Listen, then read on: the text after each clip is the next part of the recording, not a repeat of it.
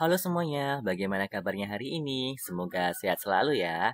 Nah, ketemu lagi dengan saya Gunawan. Pada video kali ini, kita akan membahas soal bidang studi sejarah dengan materi masa kerajaan Hindu-Buddha di Indonesia.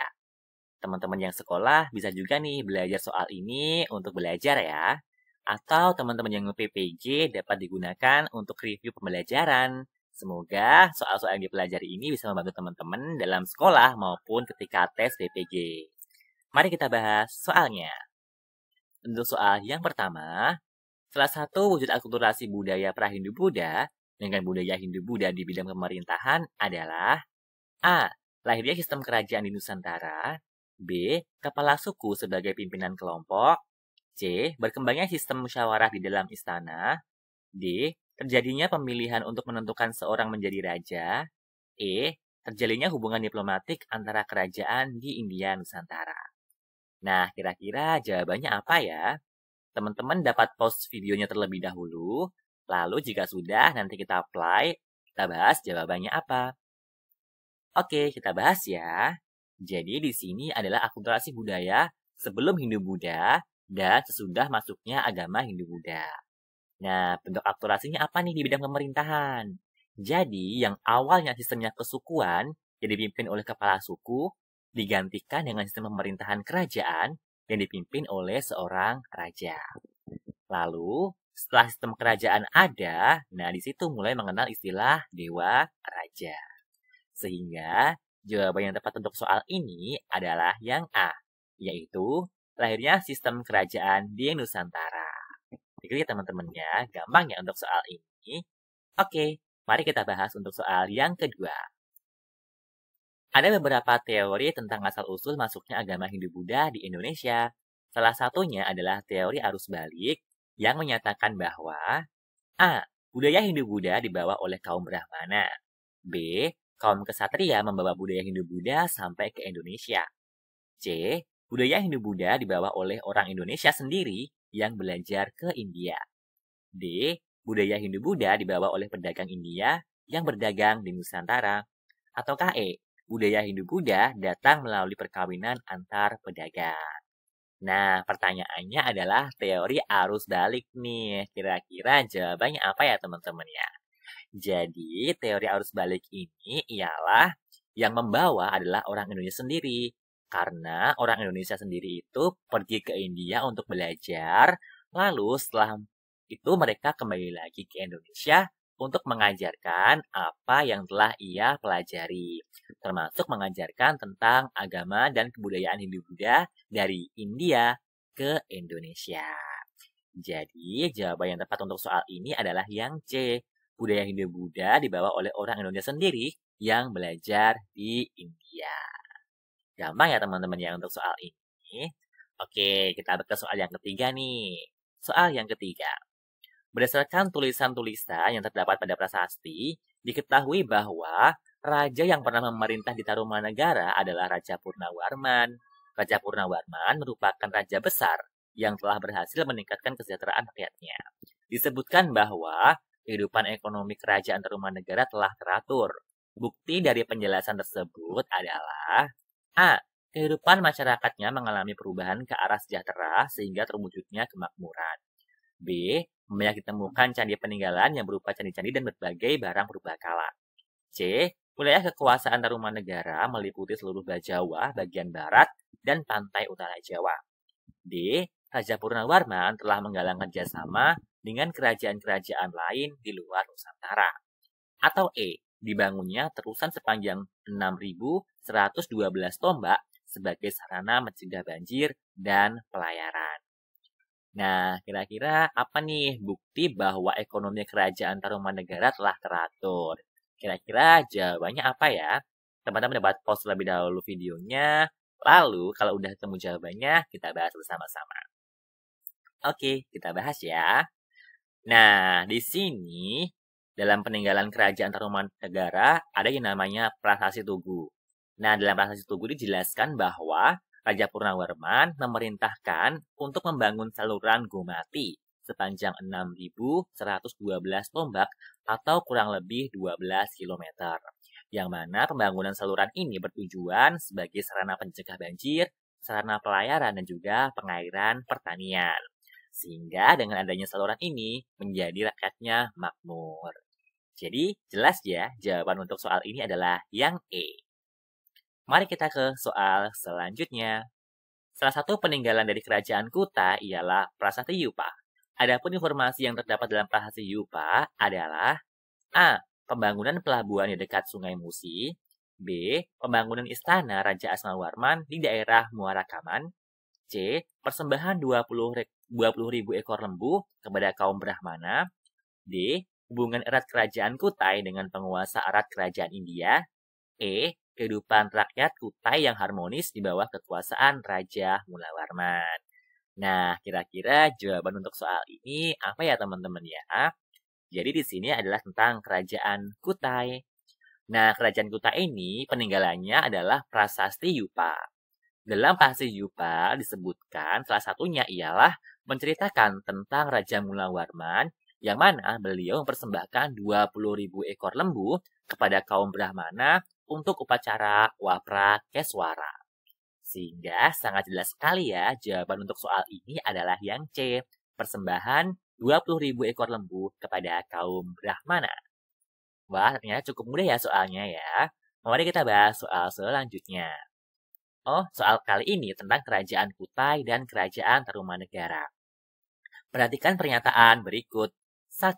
Merupakan kerajaan Hindu tertua di Jawa. 2. Masyarakat mulai memeluk kepercayaan animisme dan dinamisme. 3. Peninggalan kerajaan adalah Prasasti Yupa. 4.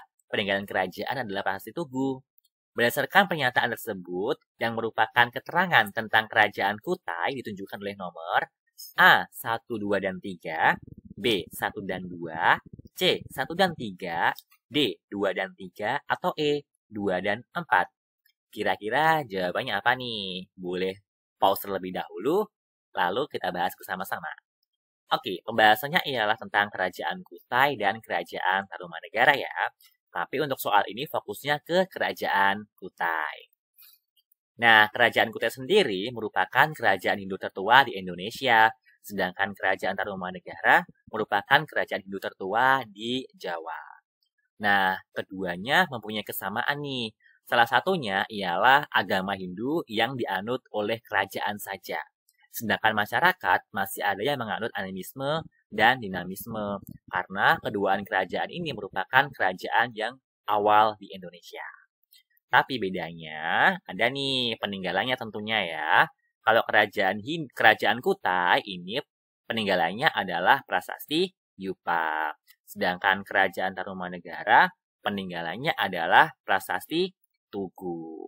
Jadi untuk soal ini karena yang ternyata adalah kerajaan Kutai, maka jawabannya adalah 2 dan 3.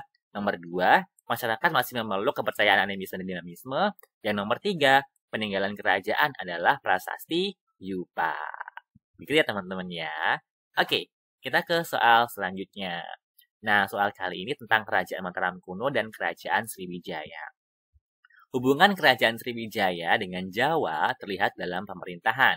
Kerajaan Sriwijaya pernah diperintah seorang raja dari Jawa, yaitu A. Balaputra Dewa, B. Dapuntahiang, C. Mualiwarma Weda Dewa, D. Rakai Pikatan, E. Aditya Warman. Aduh, namanya susah-susah ya teman-teman ya.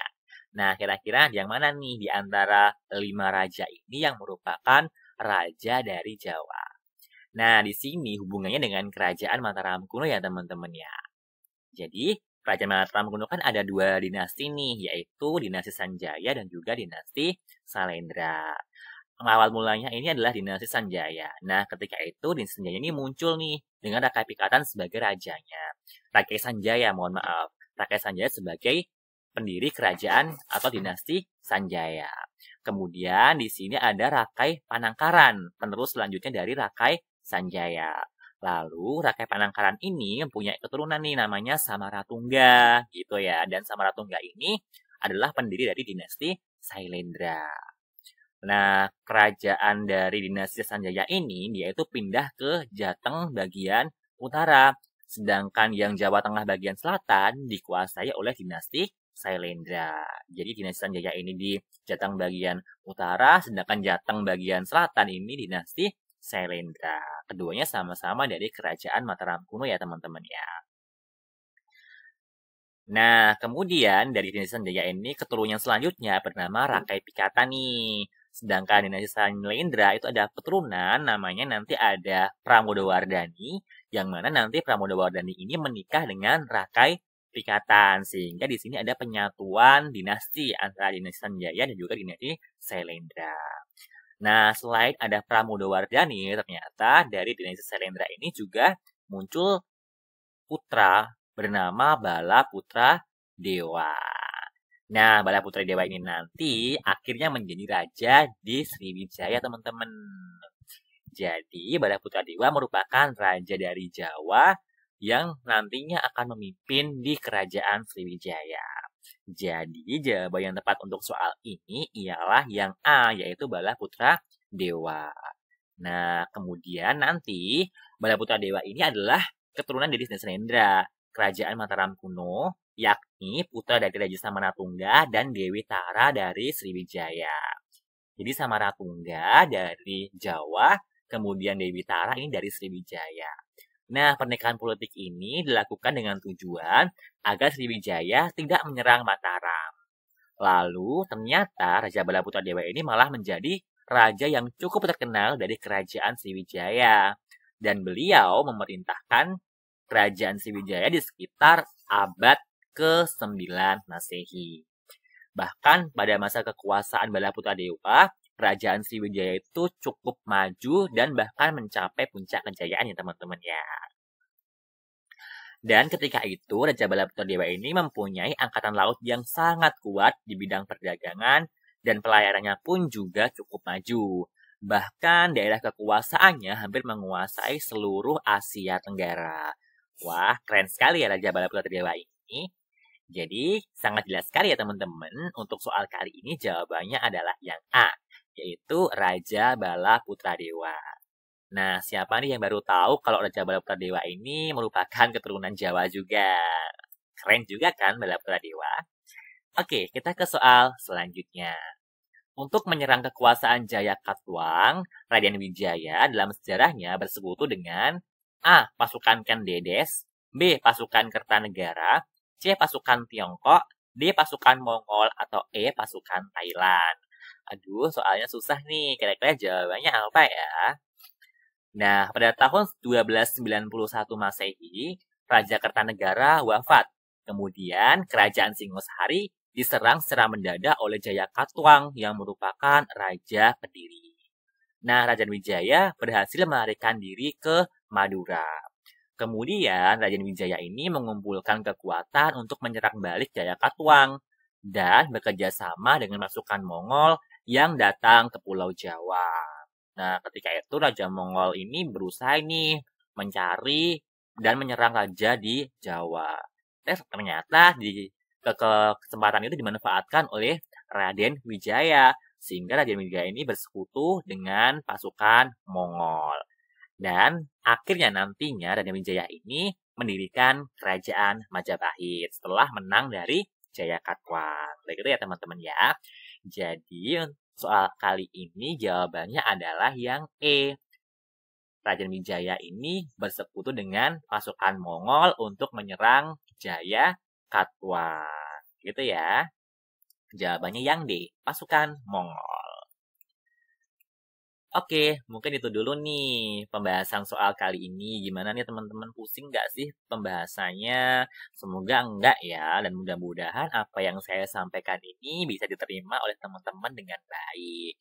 Jangan lupa ya, subscribe, like, komen, ataupun share soal ini jika soal ini bermanfaat untuk teman-teman.